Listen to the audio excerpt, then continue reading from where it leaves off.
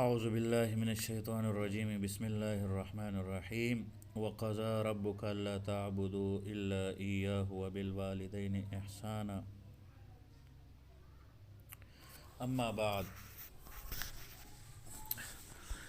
معزز سامعین کرام، آج میں آپ کے سامنے والدین کے حقوق اولاد پر کیا ہیں وہ بیان کروں گا۔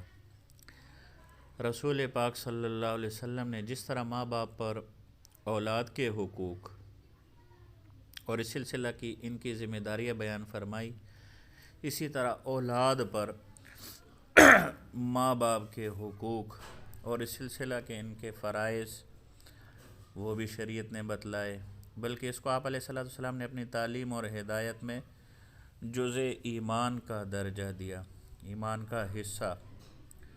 قرآن مجید جو اللہ تعالیٰ کی طرف سے آپ علیہ الصلوۃ والسلام پر نازل کیا ہوا صحیفہ ہدایت ہے، اس میں ماں باپ کی خدمت، ان کے ساتھ حسن سلوک کا حکم، اللہ جل جلالہ کی توحید اور عبادت کے ساتھ ساتھ اس طرح دیا گیا ہے جس سے معلوم ہوتا ہے کہ انسانوں کے اعمال میں خدا کی عبادت کے بعد ماں باپ کی خدمت اور راحت رسانی کا درجہ ہے۔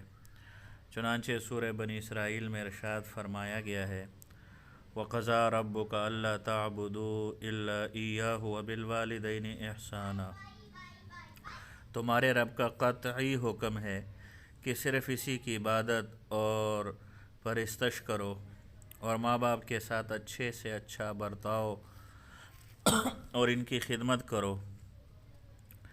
دوسری جگہ پر سورہ لقمان میں ماں باپ کا حق بیان کرتے ہوئے یہاں تک فرما دیا گیا کہ اگر بالفرض کسی کے ماں باپ کافر اور مشرک ہو اور اولاد کو بھی کفر اور شرک کے لیے مجبور کرے تو اولاد کو چاہیے کہ ان کے کہنے سے کفر اور شرک تو نہ کرے، لیکن دنیا میں ان کے ساتھ اچھا سلوک، ان کی خدمت پھر بھی وہ کرتے رہیں۔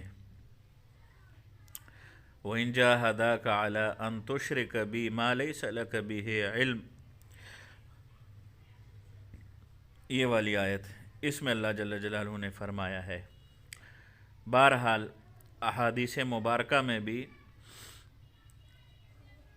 بڑے حقوق بیان کیے گئے ہیں۔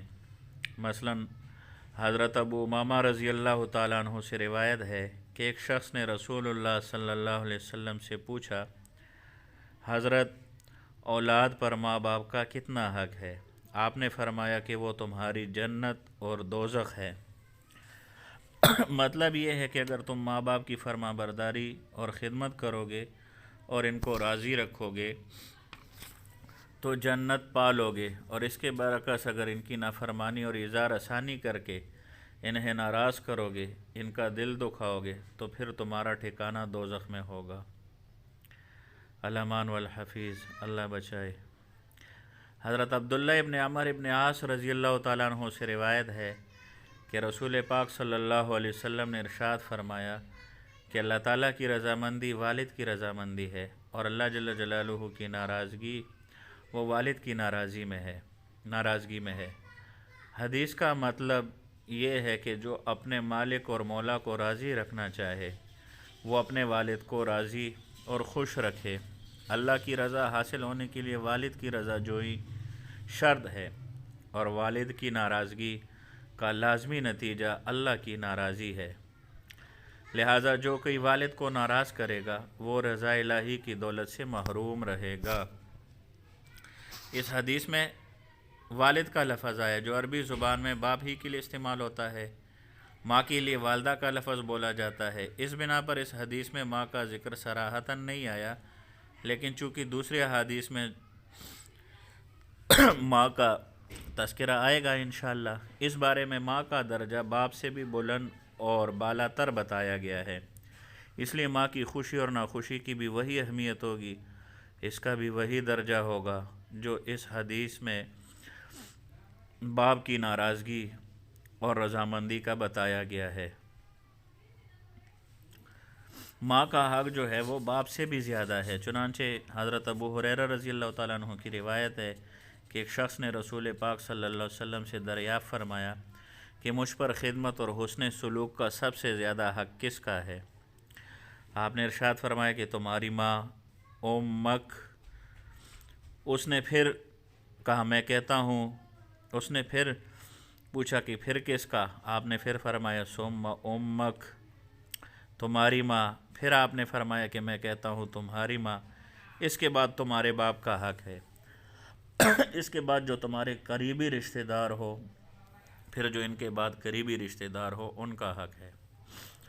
حضرت ابو ہریرہ کی اس روایت میں سوال کرنے والے صحابی کا نام تو مذکور نہیں، لیکن جامع ترمذی اور سنن ابی داؤد شریف میں بہز ابن حکیم ابن معاویہ قشیری سے روایت کیا ہے کہ میرے دادا معاویہ ابن حیدہ قشیری نے رسول اللہ صلی اللہ علیہ وسلم سے سوال کیا تھا کہ من امر، مجھے کس کی خدمت اور کس کے ساتھ اچھا سلوک کرنا چاہیے، یعنی اس بارے میں سب سے زیادہ اور سب سے مقدم حق کس کا ہے؟ تو آپ علیہ الصلوۃ والسلام نے ارشاد فرمایا امک، تمہاری ماں کا۔ انہوں نے پھر پوچھا ثم من، پھر کس کا حق ہے؟ آپ صلی اللہ علیہ وسلم نے پھر فرمایا تمہاری ماں کا۔ انہوں نے پھر پوچھا اس کے بعد کس کا حق ہے؟ آپ نے فرمایا امک، تم۔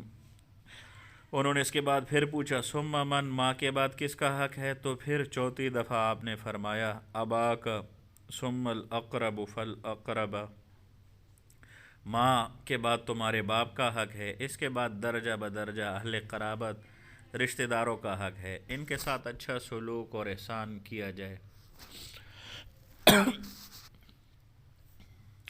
ان دونوں حدیثوں کا مضمون بلکہ سوال اور جواب کے الفاظ بھی قریب قریب یکساں ہیں، اس لیے اس کا بہت امکان ہے کہ صحیحین بخاری مسلم کی حضرت ابو ہریرہ رضی اللہ تعالیٰ عنہ کی روایت میں جس شخص کے سوال کا ذکر کیا گیا ہے وہ یہی معاویہ ابن حیدہ قشیری ہو، جن کی حدیث ان کے پوتے بہز ابن حکیم نے امام ترمذی اور امام ابو داؤد نے روایت کی ہے۔ ان دونوں کا صریح مطلب اور مدعا یہ ہے کہ خدمت اور حسن سلوک کے بارے میں ماں کا حق باپ سے زیادہ اور مقدم ہے۔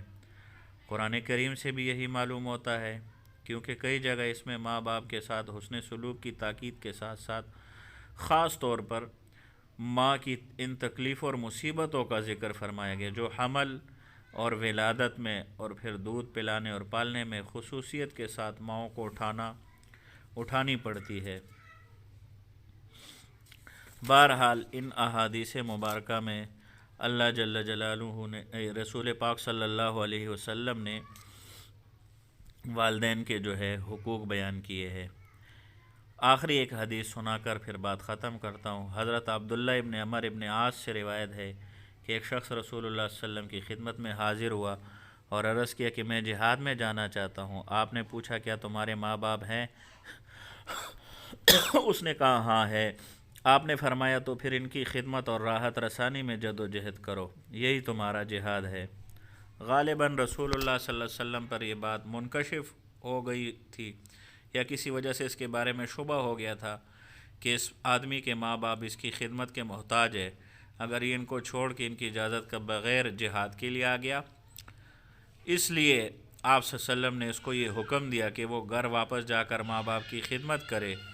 کیوں؟ اس لیے کہ ایسی حالت میں اس کے لیے ماں باپ کی خدمت مقدم ہے۔ لیکن اس حدیث سے یہ نتیجہ نکالنا غلط ہوگا کہ جس کسی کے ماں باپ ہو وہ جہاد اور دین کی کسی خدمت کے لیے کبھی گھر سے باہر نہ نکلے، اور صرف وہی لوگ جہاد میں اور دین کی خدمت میں لگے جن کے ماں باپ نہ ہو۔ رسول اللہ صلی اللہ علیہ وسلم کے ساتھ جو صحابہ کرام جہاد کرتے تھے اور ان میں بڑی تعداد انہی کی ہوتی تھی جن کے ماں باپ زندہ ہوتے تھے۔ تو بہرحال اللہ جل جلالہ ان روایات پر مجھے بھی اور تمام مسلمانوں کو عمل کرنے کی توفیق عطا فرمائے۔ وآخر دعوانا ان الحمد للہ رب العالمین۔